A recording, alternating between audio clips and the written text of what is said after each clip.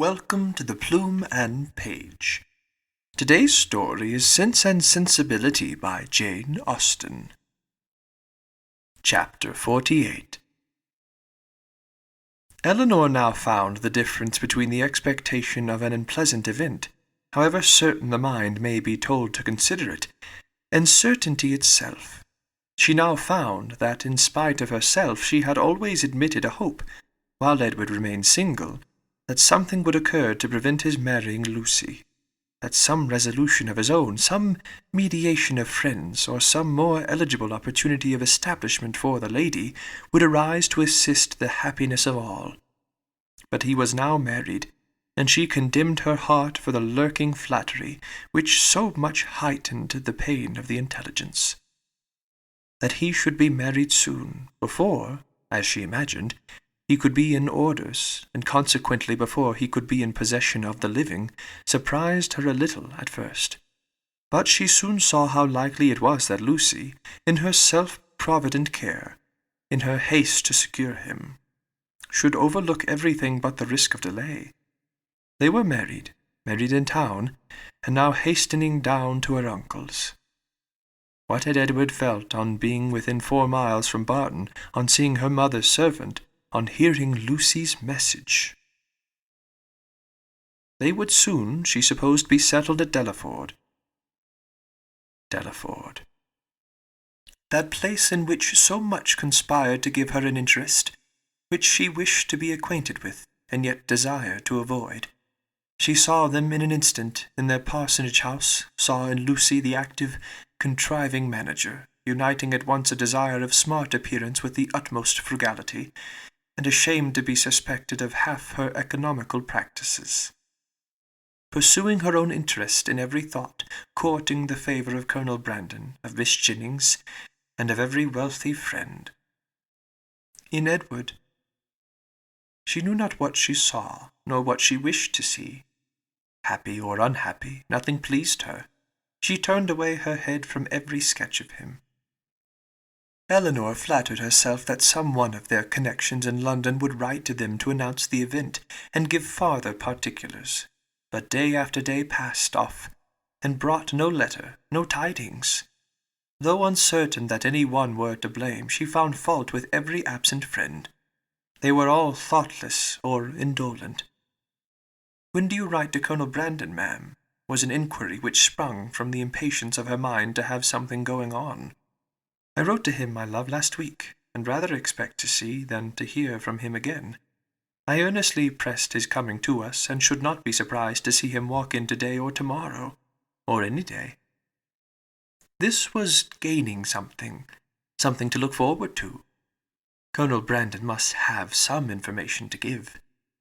Scarcely had she so determined it, when the figure of a man on horseback drew her eyes to the window.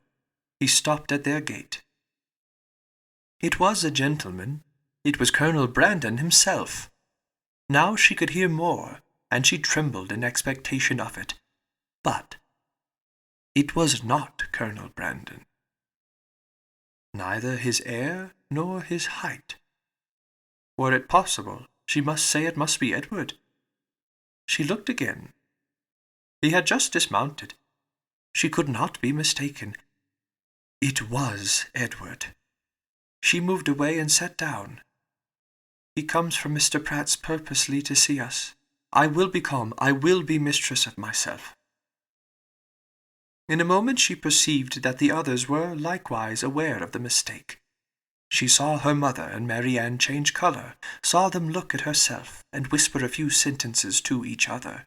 She would have given the world to be able to speak, and to make them understand that she hoped no coolness, no slight, would appear in their behaviour to him. But she had no utterance, and was obliged to leave all to their own discretion.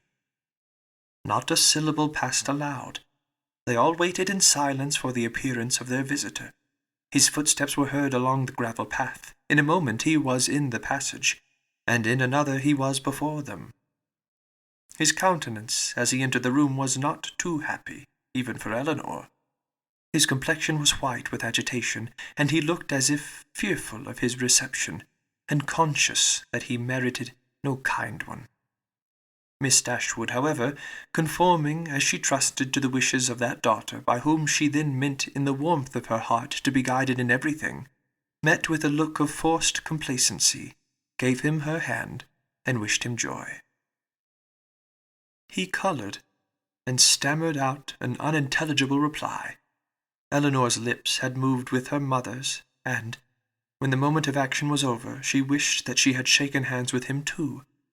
But it was then too late, and with a countenance meaning to be open, she sat down again and talked of the weather. Marianne had retreated as much as possible out of sight, to conceal her distress, and Margaret, understanding some part, but not the whole of the case, thought it incumbent on her to be dignified, and therefore took a seat as far from him as she could, and maintained a strict silence. When Elinor had ceased to rejoice in the dryness of the season, a very awful pause took place.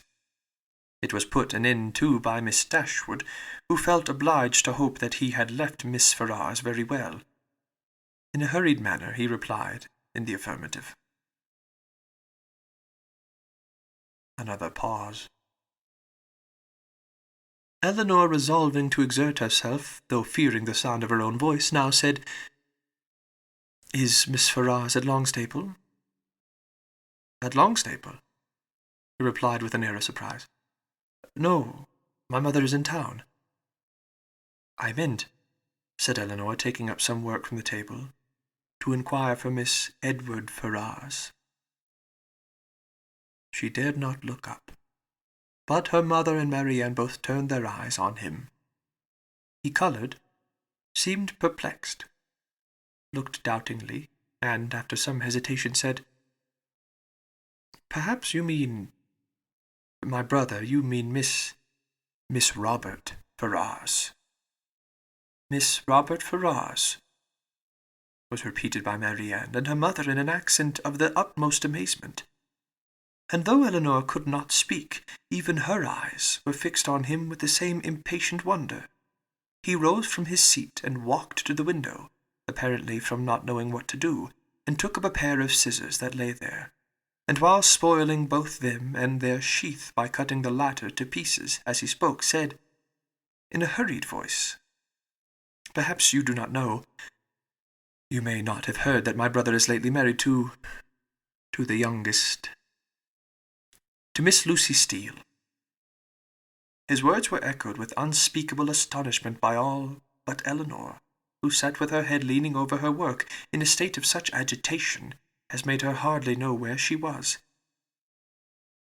"Yes," said he, "they were married last week, and are now at Dawlish." Elinor could sit it no longer. She almost ran out of the room, and as soon as the door was closed, burst into tears of joy, which at first she thought would never cease.